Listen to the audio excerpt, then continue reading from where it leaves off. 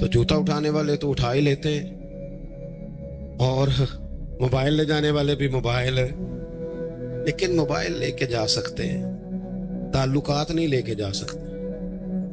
Mobile لے کے جا سکتے ہیں، آپ کی آواز چھین کے نہیں لے جا سکتے۔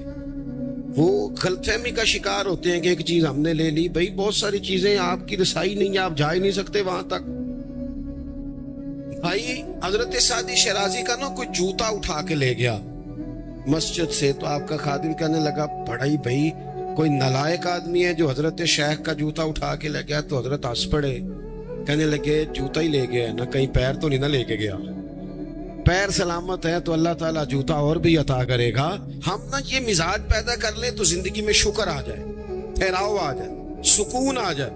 اللہ کی جتنی نعمتیں ہمارے پاس ہیں، کبھی ایک ایک پہ غور کرو۔ صرف دانت میں درد ہو جائے تو سارا وجود تکلیف میں، صرف آنکھیں اگر تھوڑی اذیت میں آ جائے تو سارا وجود تکلیف میں، ایک بخار ہی چڑھ جاتا ہے نا، بچوں کو بھی بندہ قریب نہیں آنے دیتا، کوئی چیز اچھی نہیں لگتی۔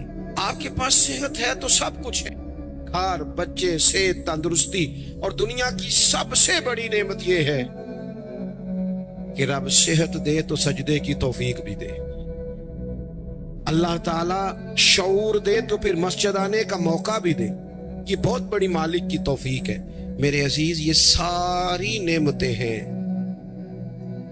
اور صحیح بخاری میں موجود ہے کہ رسول پاک علیہ السلام بھی اللہ کی نعمت ہے۔ لَقَدْ مَنَّ اللَّهُ عَلَى الْمُؤْمِنِينَ إِذْ بَعَثَ فِيهِمْ رَسُولًا، رب فرماتا ہے مومنو میں نے تمہارے اوپر احسان کیا ہے، تمہیں اپنا رسول عطا فرمایا ہے۔ میں نہیں کرتا کوئی تفسیر اس آیت کی، میں کسی مفسر کا قول آپ کے سامنے نہیں رکھتا، خدا را میری ملت کے جوانوں، یہ قرآن مجید کی آیت محکم ہے، کوئی متشابہات میں سے نہیں ہے، محکم ہے، واضح ہے۔ پورے میلاد شریف میں پورے حضور علیہ السلام کی محبت کے عنوان میں، نبی پاک کی سیرت کے عنوان میں، غلامی کے عنوان میں، تذکروں کے عنوان میں، حضور کی نعتوں کے عنوان میں، حضور کی سنت شریعت پر عمل کرنے کے عنوان، ایک بات صرف ایک، کہ کائنات کا پیدا کرنے والا رب کہتا ہے یہ رسول تم پر میرا احسان ہے۔ اللہ کہتا ہے یہ میرا احسان ہے، یہ میرا احسان ہے۔ دوستو اگر ہم تھوڑا سا دیکھو نا، میں نے زندگی میں وہ لوگ دیکھے ہیں جو نا نعمتوں کے چھن جانے سے خوف میں رہتے ہیں، آزمائش کا شکار رہتے ہیں، ڈرے ڈرے سہمے سہمے رہتے ہیں کہ یار بڑا فضل ہے خدا کا، کہیں کچھ چیز چھن نہ جائے۔ یعنی کسی بیمار کو دیکھ کے جب کوئی آدمی کانپتا ہے، لرزتا ہے اس کا وجود، تو مانا کیا ہوتا ہے کہیں میری صحت بھی نہ چلی جائے۔ جب کوئی دنیا سے رخصت ہوتا ہے تو لوگ زندگی کی نعمت کو سوچ کر خوف کھاتے، خدا نہ خواستہ کسی کا عزیز بچھڑ جائے تو لوگ اپنوں کو یاد کر کر کے روتے ہیں۔ نعمتوں کے بارے میں کچھ لوگ بڑے شدید حساس ہو جاتے ہیں، کہیں چلی نہ جائے، کہیں چلی نہ جائے۔ یہ جو صحابہ ہر وقت حضور کی ناراضگی سے ڈرتے تھے نا، ہر وقت حضور کی ناراضگی سے ذرا سانس بھی اونچا نہیں لیتے تھے۔ یعنی اس بارگاہ میں وہ بیٹھتے تھے نا، یوں بیٹھتے تھے سروں پہ پرندے بیٹھے ہیں، وہ گھنٹوں بیٹھے رہتے تھے دروازے پر کریم کے دروازے پر دستک نہیں دیتے تھے۔ وہ اس نعمت کے معاملے میں حساس تھے، ان کو پتا تھا کہ وہ دو عالم کی رحمت تھے، وہ جہاں چاہتے وہیں رہتے، یہ تو ان کی مہربانی ہے کہ یہ عالم پسند آیا، یہ تو مہربانی۔ دوستو ہم اگر حضور اتنی بڑی نعمت ہمارے لیے بن کے آئے، اگر ہمیں کبھی اس کا احساس نصیب ہو جائے نا، احساس، ابن القیم ایک جگہ پہ کہتے ہیں کہ اگر حضور نہ آتے تو لوگوں نے ایک دوسرے کا گوشت کاٹ کے کھانا تھا۔ دنیا جس ڈگر پہ چلی گئی تھی نا، کتنا کچھ سخت ہوگا وہ شخص جو بیٹی کو پہلے مارتا ہی نہیں، ایک ہے مار کے دفن کر دینا، لیکن زندہ بیٹی کو یعنی زندہ بیٹی کو، میری ایک بیٹی ہے سارے گھر والے کوئی بات کہیں تو میں ٹال سکتا ہوں. ان کی ماں کبھی کبھی کہتی ہے کہ پتہ لگے گا نا جدو دھی دی گل موڑو گے. تو میں نے کوئی پی ایچ ڈی تو نہیں کی بیٹیوں کے حقوق پہ, میں کوئی اس پر ایم فل کا مقالہ تو نہیں لکھ کے آیا, میں نے کوئی ریسرچ تو نہیں کی کہ بیٹی سے پیار کرنا چاہیے, میں نے کوئی دیکھا تو نہیں کلیجہ پھاڑ کے کہ بیٹی کے دل میں میرے لیے پیار کتنا, یہ دیکھا تو نہیں. لیکن یہ اتنا پیار کہاں سے آیا؟ یہ جو بیٹی کے جانے کا, حالانکہ بیٹی نے جانا ہوتا ہے, یہ بیٹی کے جانے کا تصور کر کے لوگ رو پڑتے ہیں, جو زندگی لگا دیتے ہیں کہ میری بیٹی خوشحال رہے, اس کے گھر میں رونق رہے, اس کی طرف سے ٹھنڈی ہوا آئے.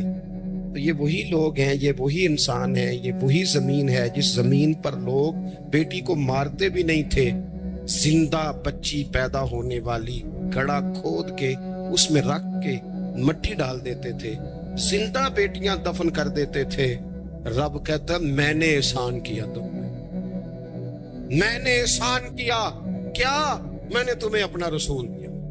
لَقَدْ مَنَّ اللَّهُ عَلَى الْمُؤْمِنِينَ إِذْ بَعَثَ فِيهِمْ رَسُولًا, میں نے تمہیں رسول دیا. اس رسول نے نا تمہیں کر کے دکھایا کہ بیٹی کے ساتھ کیا کرنا ہے. جب بھی سیدہ فاطمہ آئی حضور اٹھ کے کھڑے ہو گئے, بیٹی کا ماتھا چوما, اپنی جگہ پہ بٹھایا, اعزاز دیا, کرم کیا. کسی کافر کی بیٹی بھی آ گئی تو رسول کریم نے چادر اتار کے بیٹی کے سر کو ڈھانپ دیا. رسول پاک کے گھر میں بہن آ گئی, رضائی بہن, تو محبوب نے ساری ازواج سے کہا جو جو تمہارے گھروں میں اکٹھا کر کے لے آؤ, جو ہے لاؤ سارا اکٹھا کر کے, اس لیے کہ میری بہن آئی ہے. پھر میرے قریب نے فرمایا اگر تو کہے تو تیرے لیے مدینے میں گھر نہ بنا دوں, تو یہیں رہ جانا, یہیں رہ جا. تو حضرت شیمہ عرض کرنے لگی نہیں حضور میں نے واپس جانا ہے. فرمایا جاؤ. عرض کرنے لگی بڑی سخت جنگ کر کے میرے قبیلے کو گرفتار کیا گیا ہے, سخت جنگجو ہیں, انہوں نے بڑی لڑائی کی ہے, بڑی مخالفت کی ہے دین کی, لیکن حضور اگر میں کہوں گی میں آپ کی رضائی بہن ہوں, میں اگر کہوں گی تو میرا سارا قبیلہ چھوڑ دیں گے. حضور نے فرمایا تو کہہ میں ابھی چھوڑ دیتا ہوں. چھوڑ دیا تیرا سارا. یہ کہاں سے آئی لطافتیں, یہ حسن, یہ توانائی, یہ شوق؟ مالک کہتا ہے تم نہیں بدل سکتے تھے, یہ میں نے احسان کیا. میں نے تمہیں اپنا رسول عطا فرمایا, تمہیں میں نے اپنا نبی دیا, اس نے تمہارا تزکیہ کر دیا, تمہارا باطن دھو ڈالا, میل کچیل اتر گئے. کما ارسلنا فیکم رسولا منکم یتلو علیکم آیاتنا ویزکیکم, انہوں نے قرآن پڑھ پڑھ کے تمہارا تزکیہ کر دیا, باطن دھو ڈالے. یہ محبتیں سینہ بسینہ آ رہی ہیں. حضور نے ایسا تزکیہ کیا ہے کہ اب دلوں میں شوق اور طرح کے ہیں, درد اور طرح کے ہیں, باتیں اور طرح کی. غلام بڑا مشکل کام ہے غلام بننا.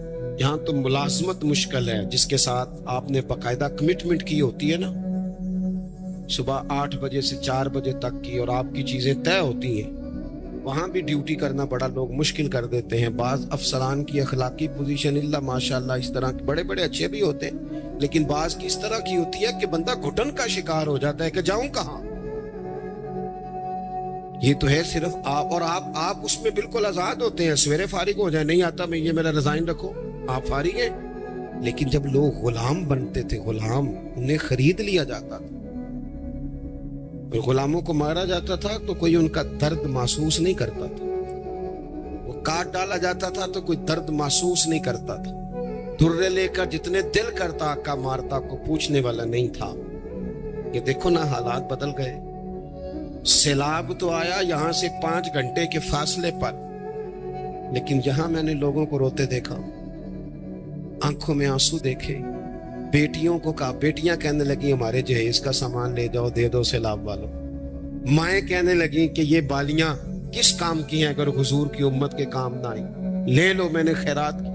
تڑپ گئے لوگ, وہ پردیس کاٹنے والے اوورسیز پاکستان, وہاں بیٹھ کر انہوں نے کہا ہماری رقوم لو, تقسیم کرو ان لوگوں کے بیچ. یہ درد کہاں سے آیا؟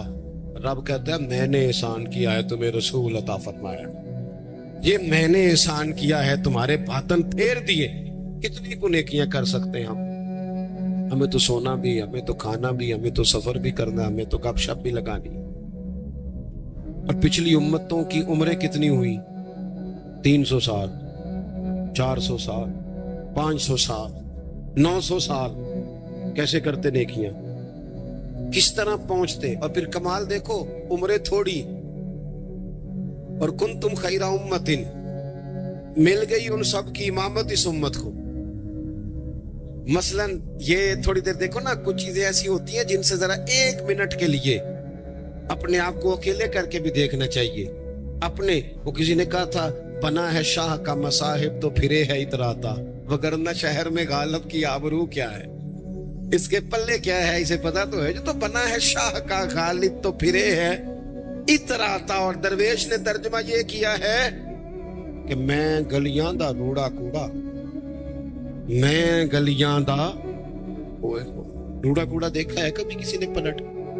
یہ روڑا کوڑا انہوں نے کہہ دیا، کبھی اس پر غور کرو، بدبو آتی ہے، لوگ کی نیا جوتا پہن کے بھی اس پر چلنا پسند نہیں کرتے۔ روڑا کوڑا جو ہوا، روڑا کوڑا جو ہوا، لیکن وہ انہوں نے اپنے آپ کو تشبیہ کس سے دی، کہنے لگے وہ میں تے گلیاں دا روڑا کوڑا، یہ تے مینوں محل چڑھایا ہے سانجا۔ تو نظر کرم ہو گئی، مختصر سی میری کہانی ہے، یہ جو بھی ہے آپ کی مہربانی ہے۔ یہ تو کرم ہے حضور کا، ہم کتنی کو نیکیاں کر سکتے تھے بھلا، کتنی کو مشقت، اور ویسے بھی جس طرح کی ہماری طبیعتیں، یعنی سارا سال جو لوگ آرام سکون سے ناظرہ کے دفتر بھی 2 گھنٹے کھڑے رہتے ہیں، پاسپورٹ کے دفتر میں بھی 2 گھنٹے کھڑے رہ سکتے ہیں، جو امیگریشن کے لیے ایئرپورٹوں پہ بھی 1.5 گھنٹہ انتظار کر لیتے ہیں، وہ 1 گھنٹہ تراویحوں میں کھڑے نہیں ہوتے۔ وہ کہتے ہیں یہ مشکل کام ہے، سارے کام کرا لیں آپ، سارے کرا لیں، لیکن اگر آپ کسی سے کہیں نا یار آج مہربانی کر آپ میرے ساتھ ایک سپارہ پڑھ، یہ مشکل ہوتا ہے۔ اللہ ماشاء، ہم نے کتنی کو نیکیاں کر دی، رب کہتا ہے میں نے احسان کر دیا، تمہیں رسول دیے، میں نے تمہیں رسول دیے۔ تم نیکی کا سوچ لینا مخلص ہو کے، ہم سوچ بھی لیں تو ہمیں ثواب مل جاتا ہے، اور اگر کر لیں تو پھر 1 کرتے ہیں تو 10 کا اجر ملتا ہے۔ یعنی کچھ نیکیاں ایسی ہیں جو کی نہیں، صرف سوچی تھی، ارادہ کیا تھا، موقع نہیں ملا، صرف ارادہ کیا تھا، قیامت کے دن ان کا اجر ملے گا، ڈھیروں ثواب ملے گا، نامہ اعمال میں درج ہوں گی۔ کس کی وجہ سے؟ رب کہتا ہے میں نے تمہارے اوپر احسان کیا، میں نے تمہیں رسول عطا فرمایا، میں نے۔ کچھ حدیثیں ایسی ہیں جو اگر کبھی ہمیں سمجھ میں آ جائے نا تو کم از کم اتنا ضرور ہو کہ زمین کے اوپر قدم رکھنے شروع کر دیں ہم لوگ کہ یار یہ اعزاز ہمارا ہی ہے، یہ شان ہماری ہے۔ نبی کریم صلی اللہ تعالی علیہ وآلہ وسلم کی برکت سے ہمیں اعزاز کا ملا۔ کچھ چیزیں ایسی ہیں جو کبھی سوچتا ہے نا انسان تو بڑا اوپر چلا جاتا ہے۔ حضور فرماتے ہیں قیامت کے دن نا کچھ لوگ ہوں گے میری امت کے، جنہیں دیکھ کے نبی اور رسول رشک کریں گے، ان کے چہرے نور سے روشن ہوں گے، وہ نور کے ممبروں پہ بٹھائے جائیں گے۔ لوگ پوچھیں گے یہ کون ہے؟ تو انہیں کہا جائے گا یہ رسول کریم کی امت کے لوگ ہیں۔ اور پھر حضور نے ساتھ آیت پڑھی، آیت الا ان اولیاء اللہ لا خوف علیہم ولا هم یحزنون۔ باعث فخر لوگ ہیں یہ، باعث فخر۔ تو عبادتیں تو پہلے امتوں کے ولیوں کی زیادہ ہیں، رشک ان پر کیوں ہو رہا ہے؟ وہ اس لیے کہ رب کہتا ہے میں نے احسان کیا ہے تمہیں رسول عطا فرمایا، میں نے احسان کیا ہے تمہیں رسول۔ اب مجھے بتائیں، ہر نعمت کا شکر ادا کرنا ہے، اور یہ جو نعمت اللہ نے ہمیں دی ہے، نبی پاک کا غلام بنایا۔ اچھا میں آپ سے نا کسی کی بات نہیں کرتا، ایک مثال میں آپ کو ذاتی دیتا ہوں۔ میں آج ہی سوچ رہا تھا، مجھے نا بہت سارے لوگوں نے دیکھا ہوتا ہے کیمرے کی آنکھ سے، کسی نے یوٹیوب پہ دیکھ لیا، ٹی وی پہ دیکھ لیا، کسی اور جگہ دیکھ لیا۔ تو انسان کا نا ایک مزاج ہوتا ہے کہ جس چیز کو وہ کبھی کسی دیوار کے پردے کے پیچھے دیکھتا رہا ہے، وہ اچانک سامنے آ جائے تو کئی دفعہ بندہ پریشان بھی ہو جاتا ہے، کبھی بندہ پریشان بھی ہو جاتا ہے۔ میں نا اتفاق کی بات ہے میری زندگی کچھ زیادہ مصروف ہے، ایک دوست ایسے تھے جو مجھے نا کچھ 3-4 سال سے کہہ رہے تھے ٹائم دے دیں، ٹائم دے دیں، اور وہ ٹائم لینا چاہ رہے تھے۔ اپنے ان کے والد جو تھے وہ تھوڑے سے معذور تھے، تو کہہ رہے ابا جی کی بڑی خواہش ہے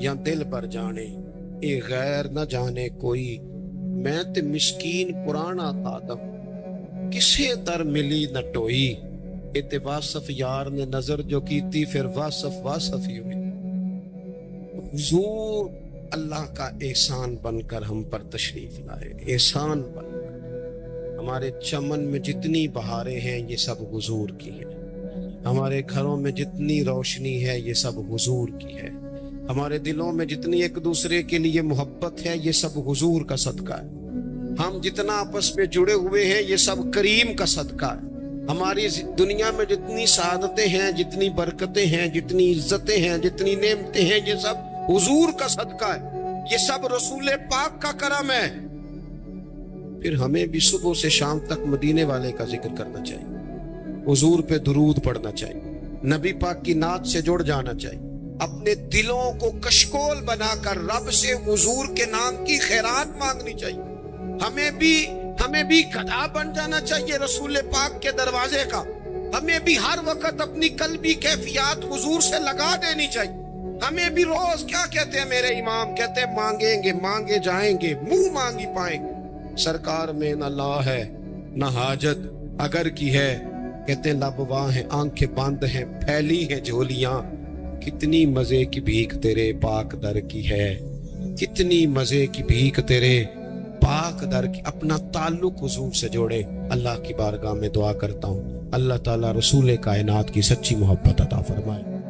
دوستو، بزرگوں اور بھائیوں، اللہ تبارک و تعالیٰ نے اس امت کو ساری امتوں کا سردار بنایا، کنتم خیر امت کہہ کے اس امت کو اللہ تعالیٰ نے تمام امتوں کی امامت عطا کر دی۔ رب کریم نے نبی کریم علیہ السلام کے صدقے سے ہم گناہگاروں کو بھی وہ فضیلت عطا کی جو حضور کے غلاموں کو نصیب ہے۔ لیکن بڑا آدمی وہ ہوتا ہے جس کی سوچ بڑی ہو، جس کے افکار بلند ہوں، جس کی نگاہ پاک ہو، جس کا حوصلہ بڑا ہو۔ اللہ تعالیٰ نے ہمیں امامت دی ہے امتوں کی، لیکن اگر سوچیں سطحی قسم کی ہوں، ذہن چھوٹے چھوٹے مفادات کے ہوں، ساری زندگی انسان اپنی دکان کی، اپنی ذات کی، اپنے گھر کی، اپنی برادری کی سوچ سے باہر ہی نہ نکلے، تو وہ آفاقیت جو اللہ اور اس کے پیارے محبوب صلی اللہ علیہ وسلم ہمیں دینا چاہتے ہیں وہ ہمیں کیسے حاصل ہوگی؟ جو ہمیں اپنے چھوٹے چھوٹے ذاتی مفادات کے لیے ملی سودے کریں، اپنا گھر بنانے کے لیے ملکوں کو مقروض کر دیں، تو وہ کیسے دنیا کی امامت کا فریضہ سر انجام دیں گی؟ ساری زندگی اگر انسان اس رٹے سے باہر نہ آئے کہ میں کیسے اونچا ہو سکتا ہوں، میرے بچے کیسے آگے جا سکتے ہیں، مال کیسے کما سکتا ہوں، یہ میرا گھر بہت بڑی حویلی میں کیسے بدل سکتا ہے، فیکٹری 1 کی 4 کیسے ہو سکتی ہیں، اور کوئی ملی کام ہی نہ کرے تو وہ آفاقیت جو اسلام چاہتا ہے وہ کیسے پیدا ہوگی؟ اقبال کہنے لگے کہ عجب نہیں کہ خدا تک تیری رسائی ہو، پر تیری نظر سے پوشیدہ ہے آدمی کا مقام۔ تو بندے کو ہی نہیں سمجھ سکا تو وہاں تک تو کیا جائے گا؟ جب تک سوچوں میں وسعت نہیں آتی۔ دیکھیں نا، ڈاکٹر اقبال ہمیں کہتے ہیں کہ بازو تیرا توحید کی قوت سے کبھی ہے، تو وطنوں میں سرحدوں میں اپنے آپ کو قید نہ کر، تو اللہ تبارک و تعالیٰ کا نائب ہے اور خدا کے فضل کا تیرے اوپر سایہ ہے، بازو تیرا توحید کی قوت سے کبھی ہے، اسلام تیرا دیس ہے اور تو مصطفی ہے، تو اپنے مذہب کو اسلام جان، اپنے وطن کو بڑی سوچ پیدا کر، تھوڑا بڑا۔ اور اقبال کہنے لگے وقت فرصت ہے کہاں، کام ابھی باقی ہے، ابھی آرام سے بیٹھ گئے ہو، ابھی تو دنیا میں رسول اللہ صلی اللہ علیہ وسلم کے نظام کے جھنڈے کو بلند کرنا تھا، حضور کی آفاقی تعلیمات سے پوری دنیا کو تم نے روشناس کرانا تھا۔ اقبال کہنے لگے وقت فرصت ہے کہاں اور کام ابھی باقی ہے، نور توحید کا اتمام ابھی باقی ہے، بھی تو آگے بڑھنا تھا. لیکن سطحی سی سوچیں, چھوٹی چھوٹی باتیں, مثلاً امیر دولت کے چکر میں اور غریب اس کمزوری کے احساس میں کہ میں تو غریب ہوں جی, میں تو, غریبی کو بیچا تو نہیں نہ جاتا, غریبی کوئی فار سیل تو نہیں ہوتی, غریبی وہ زخم تو نہیں جسے دکھا دکھا کے بندہ پیسے وصول کرے. آپ اپنی غریبی کو بھی کیا سیل کریں گے, اپنے آنسو بھی بیچیں گے کہ میں چونکہ کمزور ہوں تو لہذا فٹافٹ میری بولی لگا دی جائے. لا یسألون الناس الحافا. قرآن کہتا ہے انہیں بڑی بھی ضرورت ہو تو پھر بھی لپٹ لپٹ کے سوال نہیں کرتے, ان کی سوچیں بڑی ہوتی ہیں. وہ کہتے ہیں بندے کیا دے سکتے ہیں, سیٹھ کیا دے سکتے ہیں, نواب کیا دے سکتے ہیں, اللہ رسول سے مانگیں گے.